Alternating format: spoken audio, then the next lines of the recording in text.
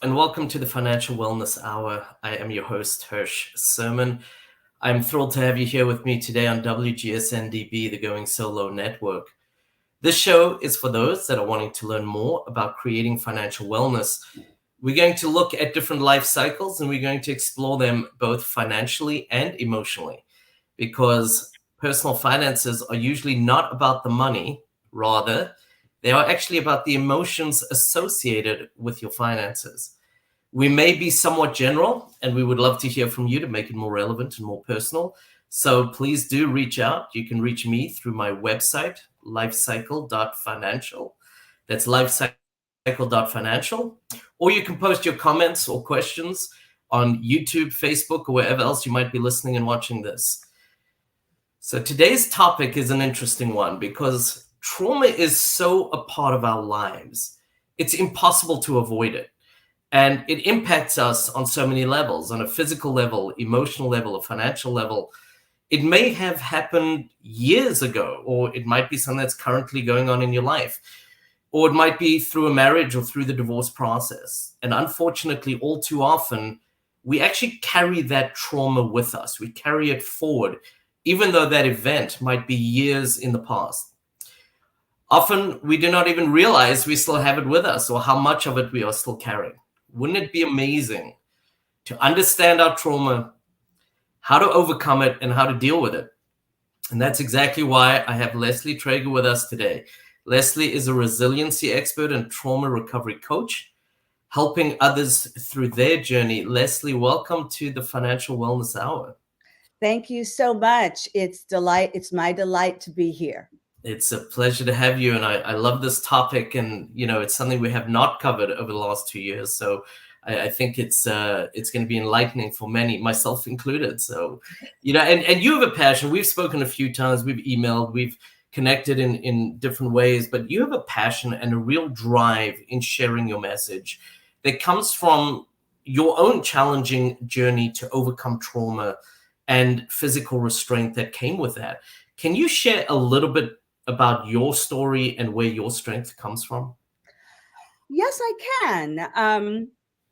And thank you for giving me that opportunity. So I've had a very trauma-informed life. What does that mean? That means that I, from a very young age, have been the recipient of several different types of trauma, from childhood all the way through to adulthood. And one of the benefits of overcoming trauma on a regular basis is that you begin to build what we call a resiliency, the ability to accept what's happened, to see your own accountability in that, to be able to adopt a perspective that creates an optimal outcome, and to look at perhaps a negative event as some level of opportunity to grow.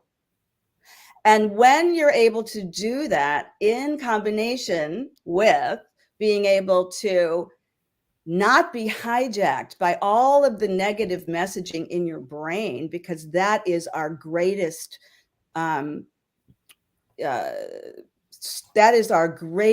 deterrent from our personal strength. When we can kind of overcome that hijacking of the negative messages that we hear, then we instead can adopt a greater amount of strength and purpose to move beyond whatever is the challenge we're facing. It's interesting. You made the comment there about the negative thoughts that go on. And a statistic, I'm a bit of a statistic geek, I will say, but the statistic that has stuck with me, I read this statistic probably about 12 or 13 years ago already. Mm-hmm. And they said the average individual thinks 60% of the time in the negative format. So if somebody said, "Oh, I'm going to run a 5K," the immediate kind of response of most people is, "Oh, I could never do that." Right. As opposed to, well, if I thought about it and I trained a little bit and I built up to it, I could do it, right? Most people are thinking in the negative. The other piece to that is we don't think in words, we think in concepts. And so, we think of, I'm going to get the mail, not I've got to walk down the walkway, open the door, put my hand, etc., right? So we're actually thinking about 600 to 700 words a minute on average, 60% of those in the negative format. So that alone is something, as you said, that's a huge challenge that people kind of need to think about and deal with. And you mentioned that there are different kinds of trauma. So people can experience, on different ways. I'm going to ask a little bit, and keeping it relatively high, because I think this is a topic you could probably spend the entire show on, and I have so much more to ask you. But is the damage caused by, let's say, a physical versus an emotional trauma the same? And should one deal with it in the same way? So that's a very interesting question. It's interesting. The part of the brain that is affected by trauma, whether it be physical or emotional, is the same part of the brain. So using that, we could say that the damage to us in some ways is very, very similar. What is not similar is the way that that damage is handled in the world. So for instance, if you have a physical trauma, you have some physical problem that's easily seen by others. That means that people see that you have something wrong. They're going to come to your rescue. You're going to find that you're going to be greeted with compassion, with aid, without really having to say very much, because maybe you're bleeding, maybe you've been in a car accident, maybe your leg is broken, right? So immediately you get all of this support. But with emotional trauma, like divorce trauma, that's hidden. So although the area of our brain that registers trauma is the exact same as if we had been in a car accident, and we're feeling that on the inside, on the outside, we're not reflecting that in any way. So no one can really see how much pain we're in. And that's what makes it different, because we are not supported in the same way. And very rarely are we taught how to go out and find the support we need during these trying times. And that's so interesting. You know, when you have a physical, let's say you break your leg, it's obvious you're going to limp for a while till you heal, and people automatically, there's going to be compassion that's drawn out. Every day, right? Every day. What's wrong? How are you doing today, right? Right. As opposed to, I guess, if you've got that emotional trauma like divorce, the reaction's kind of like, wow, what happened to that person? They've changed, as opposed to the compassion that's so readily available, so to speak, when you see it in a physical form. Yeah, well, there's that, but there's also that, and I've been divorced twice, so I can speak from my own experience, that when we are traumatized while we're going through a divorce, or after a divorce, or perhaps right before we announce that we're going to be divorced, we're putting on a strong face, right? There is a shame involved with feeling emotional trauma. There is a shame involved in that, meaning that we feel like, well, we're not strong enough to handle it. We don't want people to know how much we're suffering. We want, our ego takes over. We want people to think, oh, I've got this, I can handle this. Really, it's no problem. I'm good. We put up that front, and that front denies us the support that we absolutely need in order to thrive through the experience.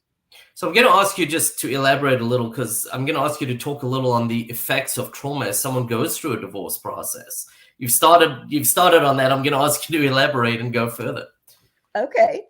So what I see as the real qualities of divorce that affect us so traumatically are that they threaten our very core survivals of existence. So what are those?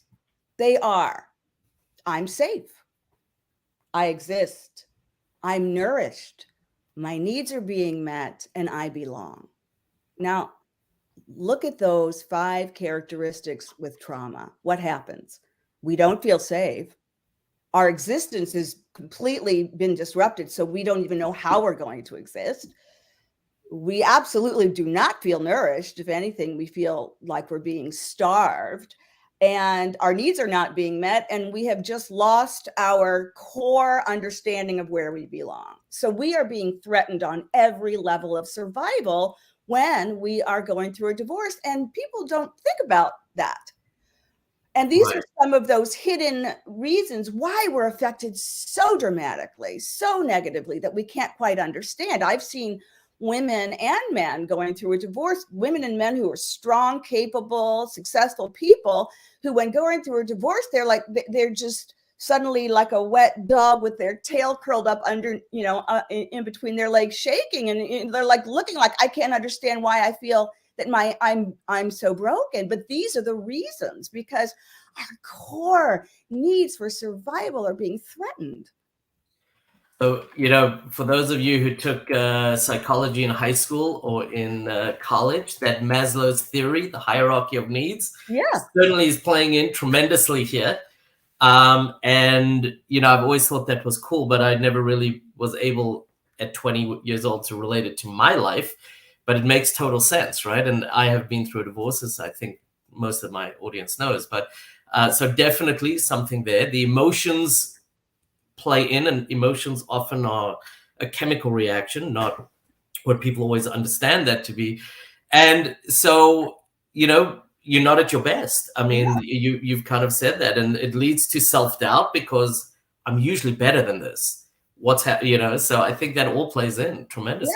Yeah. Well, and let me explain to you why that happens, because part of being able to get through this is understanding why that's happening. So when our emotions take over, it's like our brain is being hijacked. And what happens is that we have an influx of chemicals like adrenaline and cortisol and stress hormones. And when that influx happens, it actually cuts off our ability to connect with our highest levels of function. Right. It's like the door closes and the bolt lock is locked. And now you're in this survival place where all you do is feel and you can't think.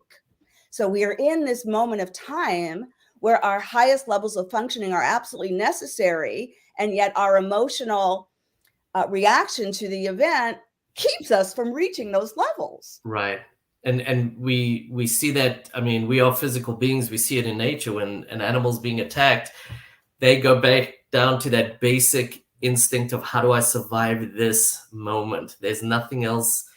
And we run or play dead, right? They're going to run or play dead, which is what we do. We're either going to fight, or we're going to run, we're going to fight, or we're going to freeze. Yeah, exactly. And then, it's interesting, and it's important, I think, that people understand that, because we don't necessarily want to equate ourselves in that way, but really that's what's happening. And I think once you understand, and that was one of the things I said up front, if we can understand what's going on, we can deal with it so much better. So I think those are all very, very important points for people to think about, contemplate, and then be gentle. That's something that I don't think enough people are. They blame themselves. They beat themselves up. There's enough of that going on. We need to show a little love and gentleness to ourselves, I think, as well. Absolutely. So what are the foundational characteristics that make divorce so stressful, and why does it leave so many people with so much fear? We go through a lot of other stresses in our life, if I can call them, I don't know that they're all on the same level, but we definitely go through other stresses, and they don't seem to create quite the fear and angst that we do as we go through a divorce. So can you talk a little bit about that? Yes, I can. So the one biggest stressor with divorce is it is a loss of connection. We've lost a connection, and we've lost a level of our own identity. And we have to be able to connect to others to survive. This is just part of we are mammals, and this is part of our social structure, and connection is mandatory if we're going to survive. And what happens when you're going through a divorce? You isolate. You don't talk about your feelings. You spend your days really thinking about all of the dysfunction of the marriage. You're reminded of it every single day, right? So we get stuck in a level of thinking about the poorest parts of ourselves and the poorest parts of our spouse, and that magnifies any negative messaging we have about ourselves or about them, which is a very big problem. So we're disconnecting from our spouse, we're disconnecting from ourselves, from our best selves, while we're focusing on the parts of us that perhaps we're feeling, I'm not worthy, I'm not good enough, I'm not worth it, because those are the messages, let's face it, in your brain, if you're really thinking about it, that start to come out if you're getting a divorce. I'm not wanted, right? Right. And then what happens? Trust. Our trust is broken. We may notice that our spouse is being cruel to us during the divorce process. Well, how do we deal with this betrayal of trust that's going on? It's a very big problem. Also, what is attunement? Attunement is being able to access, well, what is it that I need, and how do I ask for that? Right. And when we are frightened, we lose the ability to feel ourselves. So if we can't feel ourselves, then we can't address the feelings that we have that we need to nurture, that we need to, just curl up sometimes with a pillow and take a few breaths and just say, I'm here, I'm okay. This is not an existential threat. Right. I'm capable of dealing with this. And the other piece, I think, which this blend is such a difficult one to really master, which is we are emotional beings, we are physical beings. So you've spoken a lot to those emotional pieces, which, emotions win about 100% of the time over logic, is what I like to say. We are emotional beings, and we drive. Our decisions are generally made by those. But I think underlying or partnering with all those emotional fears, you look at things like, I don't know what's going to happen. I don't know the process. What's the future going to look like? Am I going to make it financially? The logistics of creating a new life. I love my home. I can't afford it. Whatever it might be, there's a lot of pieces that are playing in. And those, as we said earlier, our finances are more about the emotions associated with our finances.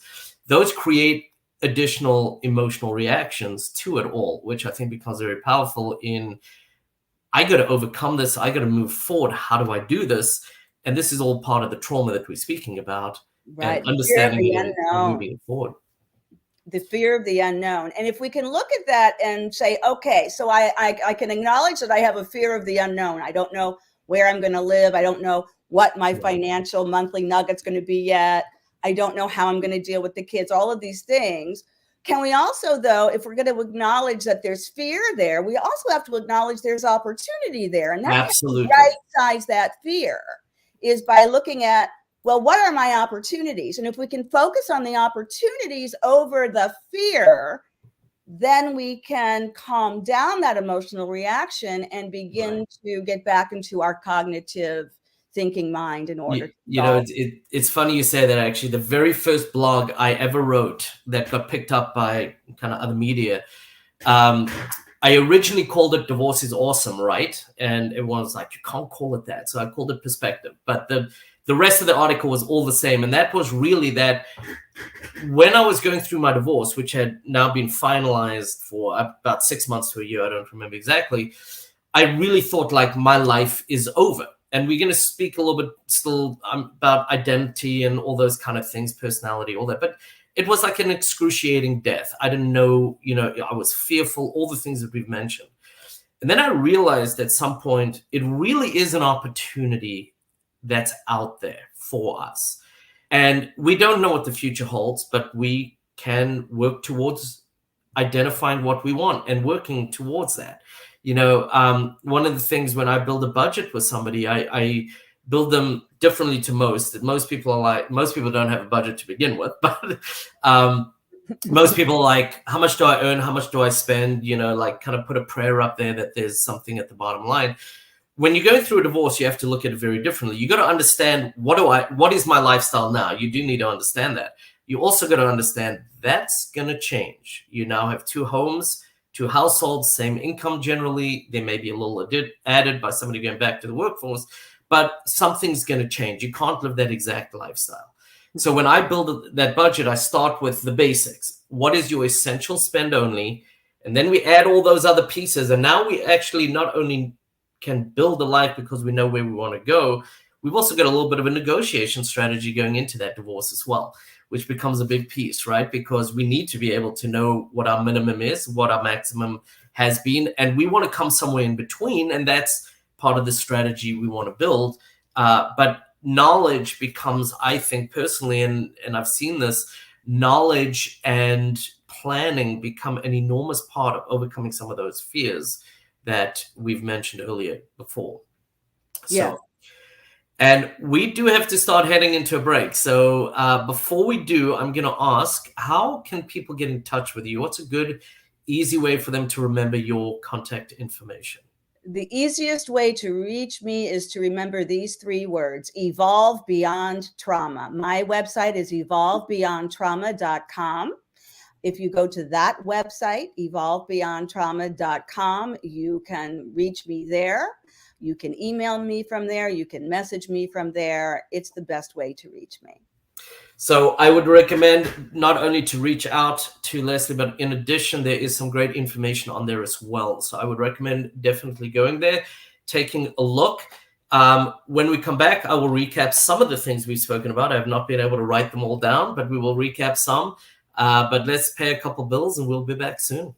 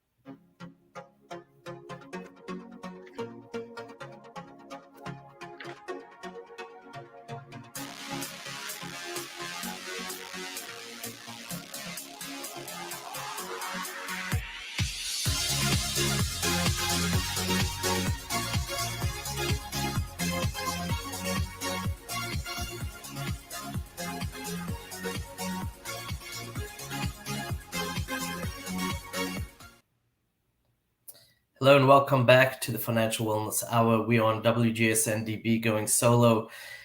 And I am thrilled to have Leslie Trager here. Today we are speaking about trauma and the effect that it has on you. And we do all experience trauma. We've spoken about this a little bit. Leslie shared some of her background, which has had its fair share of trauma. And we spoke a little bit about the different kinds of trauma, but where it's held in the brain or where it's processed in the brain. A little bit on dealing with it, which we'll get more to, hopefully, the divorce process and how there's definitely trauma going through that. Some of the characteristics you spoke about, also some of the things that we do that are natural for us because maybe we were embarrassed or we hurt or whatever it might be in our social structure, and the isolation and the kind of living a little bit differently than we usually do, but how that's really not the way we should be living.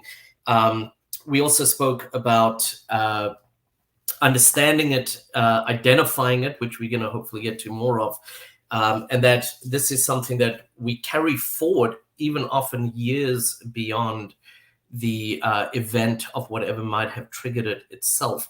All very, very important things to be aware of. And I think awareness is, the first step to almost everything in being able to identify and improve what we're doing, and all too often, I think talking about you mentioned a little bit earlier about rejection, but all too often one party is still wanting to maybe work on a relationship or a marriage. The other one is not at that point. They're done for whatever reasons this is. how does this rejection of divorce affect our personality and what's going on within us? It's brutal. Yes. So one of the biggest traumas that we can face is being extricated from the herd. Okay, so if you go back to a herd of animals, Right.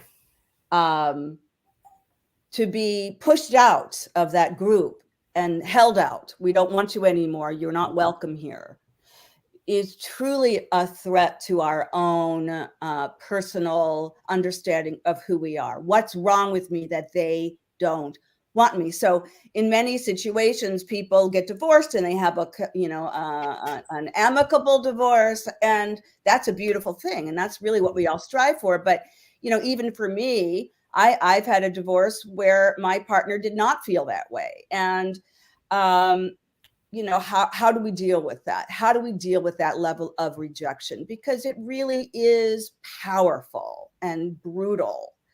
And the way that we deal with that is that we have to know that, what's our accountability here? What am I accountable for here that may have caused this reaction to where I can't find any level of cooperation there is such a thing as a divorced family. We're still a family, right, even albeit we're divorced. And as long as we can look at our side of the street and know that we've done everything we can to try to do repair, then that's all we can do. We can only control ourselves. We cannot control someone else. And, part of an abuse situation, which is often a premise for divorce, is that you have one partner who's constantly going to the other, people pleasing, trying to be the, I'm going to fix it. I'm going to lower myself so that you'll take me back in some form. I just have to be able to come back into the herd in some way. Right. And in a divorce situation, if you're dealing with someone who's very angry, perhaps that you've divorced them, or, they're just not going to forgive you, that is a failing technique, because all we're doing is basically we're saying, I'm going to come back, I'm going to try to say something, and I'm going to give you another opportunity to hurt me. Right? Right. What is that going to do? Well, that's going to affect. I don't have enough trauma right now. I'd like to come back and get a little bit more. Right, exactly. But we get addicted often in relationships. We get addicted to that trauma, right, cycle in a relationship, that there's going to be it's either make up and break up, or we get addicted to being abused. Our nervous system actually gets addicted to that.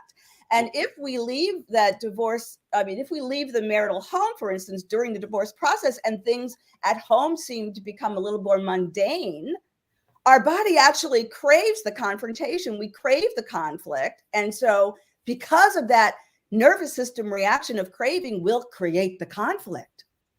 I think the other piece that plays into that, which, makes complete sense when I'm putting the two together, is this has maybe been the only attention I've received from that other individual for a while.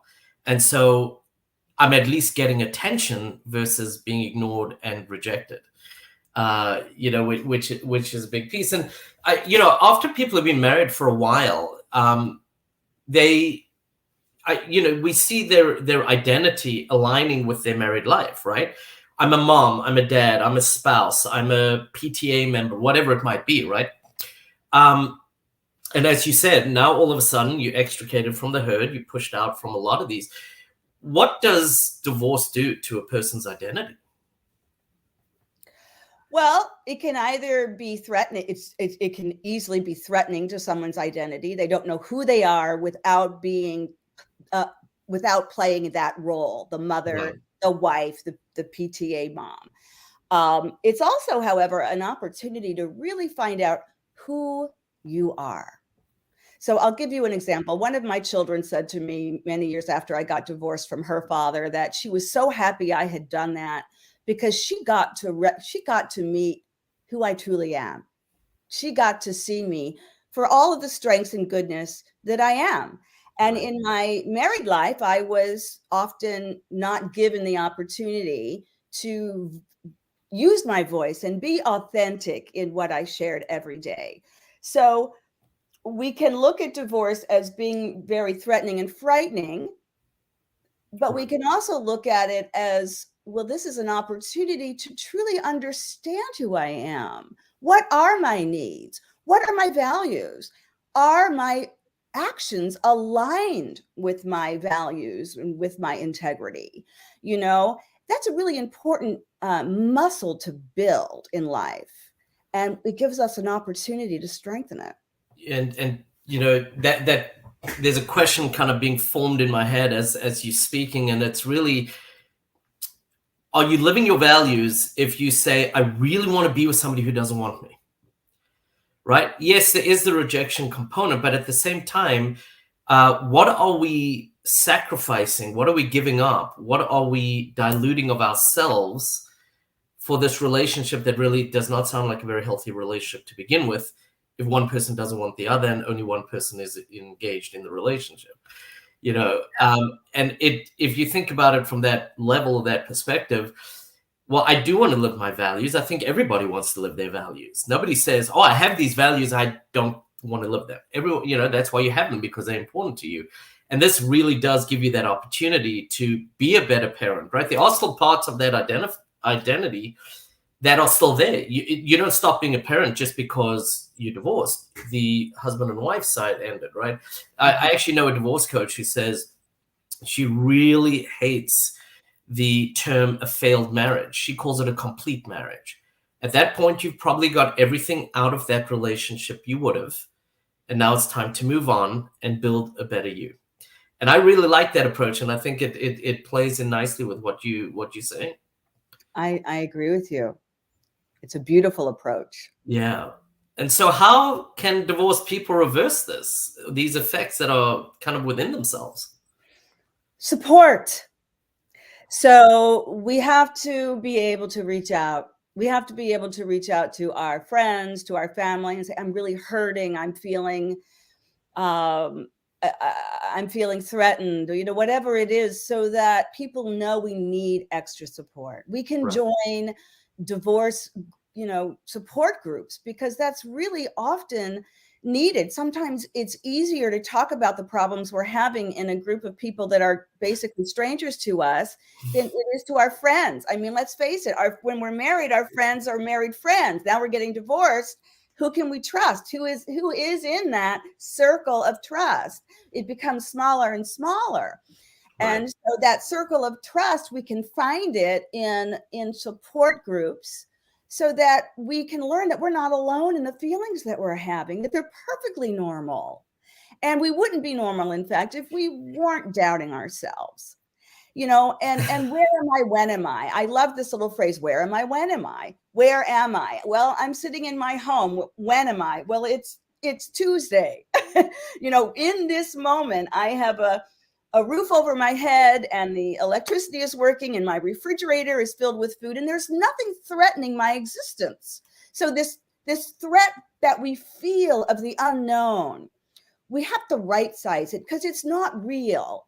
You know, what is fear, right? Fear, fantasy experience appearing real. And so when we're going through divorce, we have that. We fantasize an experience that appears real. We look at it with a negative bias, because that's how we're designed to think. And we create the worst outcome that could ever happen. And then we worry, oh my God, will that be my life? Well, if you sit there in that space, you're not going to have your best outcome. So we have to understand, okay, so I can understand that logically, that's how my brain is designed to think. And this is what I can do about it. I can decide my thoughts and feelings are not facts. They're thoughts, they're feelings, they are not facts. What are the facts? The facts are, I'm in my home. There's electricity on. My refrigerator is full. My kids are going to come home today from high school. Dinner I had planned. You know, I'm fine. My needs are being met. Even if psychologically I feel like they're not, they are. And why is that? Because I'm making sure I'm accountable for making sure my needs are met. we have to build a wholeness of existence within ourselves in order to overcome divorce. And I love so much of what you're saying. I mean, being realistic is so important. Those support groups are vital. The more somebody loves you, sometimes the less objective they can be, or the less they're going to call you out on things because they know you're hurting. So I always tell people, you need two teams. You need your professional team, like yourself, myself, your attorney, people like that. You need your emotional team, but the emotional team has to be people who, you don't want somebody who's gone through a divorce, because a lot of people are still bitter and they're going to take that opportunity to tell you how wrong they were. You need people who are going to put things in perspective, going to support you, and going to show you that kind of love, so that you can move forward and guide you and help you in those ways. And I think that what you're saying is so important. But too many people are not realistic. I'm going to go to court because I am right. Well, a judge is a human being. They have good and bad days. They may not interpret the law the same as the judge down the hall. There's a lot of considerations to think about. And these are the kind of people that will bring those realities to you. It's not a fun endeavor going to court. It's expensive going to court. Do you really want to go through that? You've suffered enough. Didn't think about it that way. I just thought I want my pound of flesh, right? These are the kind of things that I think that support really brings to life. Absolutely. And, we've spoken about how it can happen to us, trauma. We've spoken a little bit about how it's held in the brain in the same place, whatever kind of trauma it might be, but it manifests itself a little differently. I would imagine there's some ways that trauma plays out in our bodies and ourselves, that people don't even realize they're carrying trauma potentially, right? Are there any kind of common manifestations or signs, hey, you carrying trauma, and that you can identify or help people identify? Oh, yeah. So we can get addicted to the stress hormones that our body creates from trauma. And what does that feel like? We feel a surge of energy. Have you ever seen anybody with the attitude of, I can handle it, I can do it, I can do anything, I can handle anything? Right. Well, I'm not saying that they couldn't, but I'm saying that often that is a result of this influx of stress hormones that create this feeling that we are so powerful. They're the same stress hormones that if a tree fell on your child, you'd be able to run over there and pick up the tree, right? Right. In small doses, they're healthy. But in large doses over time, if we're not able to regulate that, they can cause illness and disease. Trauma is not stored in the brain in memory. It's stored in every cell of our body. So it's very important to be vulnerable, to really look at your own vulnerability, and to be able to understand why you have the reactions that you do. And to be, like you said, to be gentle and caring, and be able to compassionately forgive yourself, compassionately forgive your spouse, and learn to love yourself. And acknowledge that this is someone that you once loved, and most likely on many levels still do. Right. And if we can come from that place of love, coming from the center of our loving is what I call it, as opposed to coming from the center of our fear, then there will be opportunities that will be presented to us that we won't see if all we're doing is coming from that place of survival and fear. That makes sense. And unfortunately, we're going to start wrapping up. I'm going to slide one more kind of question in here. Everyone's divorce is a very personal experience. I tell people all the time, you can live right next door to somebody and you drive similar cars, you got a similar home, you might even have the same amount of kids, maybe even in your kids' classes, all the rest, and you can have 100% different divorce, right? It is a very personal experience. What advice would you give somebody starting the divorce process, especially relating to dealing with trauma? And, I know they're going to experience trauma as they go through the process. They might have already experienced trauma. What advice would you give people starting the process in understanding and dealing with trauma? Well, first of all, on some scales, the the traumatic effects of trauma is the only thing more traumatic than divorce is losing a child. So the first thing is, we don't want to minimize the emotional impact, the psychological impact of divorce. It is the death of something. It is a grieving process. We need to be able to attune to our needs then as that person who is grieving. And we grieve whether we're the divorcee or the divorcer, right? It's the same grieving process, really. Yeah. So we have to really fully understand, hey, we're grieving. We need to give ourselves that opportunity to grieve. We have to open up that chapter and let it air itself out. Right. To acknowledge the feelings that are there. And if we don't do that, then we're shorting ourselves, because that's how we build a really strong foundation to grow beyond the traumatic effects of divorce. Interesting.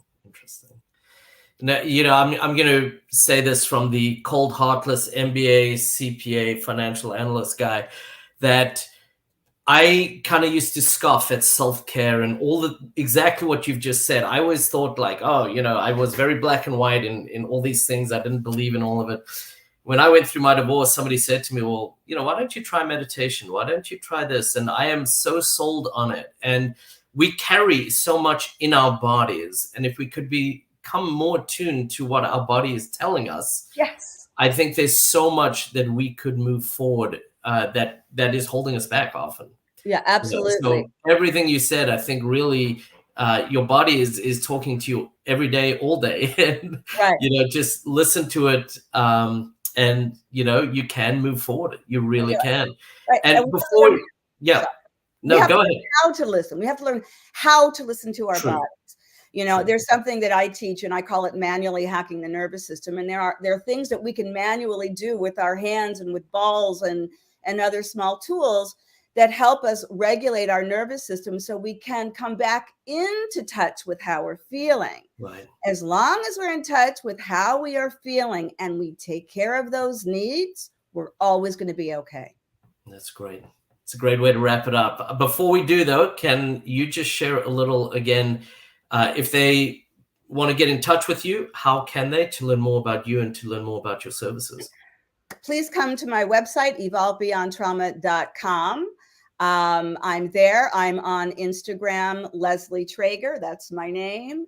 And I hope that you'll reach out to me and ask me any questions that you might have. I am here to serve you. As I said, I encourage everyone to go to Leslie's website. There is some great information on there.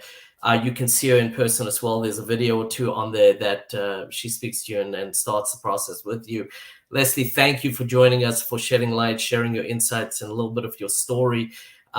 There's definitely a tremendous passion behind what you do, which is wonderful. And I appreciate you being here. I am Hirsch Sermon, your host for the Financial Wellness Hour. Please do reach out to me through my website. It is lifecycle.financial. That is lifecycle.financial. You can reach out with questions for me or for Leslie Trager, our guest today. Thank you, Cece Schatz, and I appreciate all that you do behind there. Cece's going on vacation, a very well-needed one, so enjoy that. Please do. I look forward to you joining me on my next show. We are going to have Tina from One Mom's Battle joining us.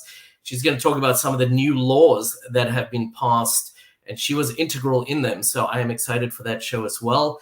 Thank you for joining us, and have a great week.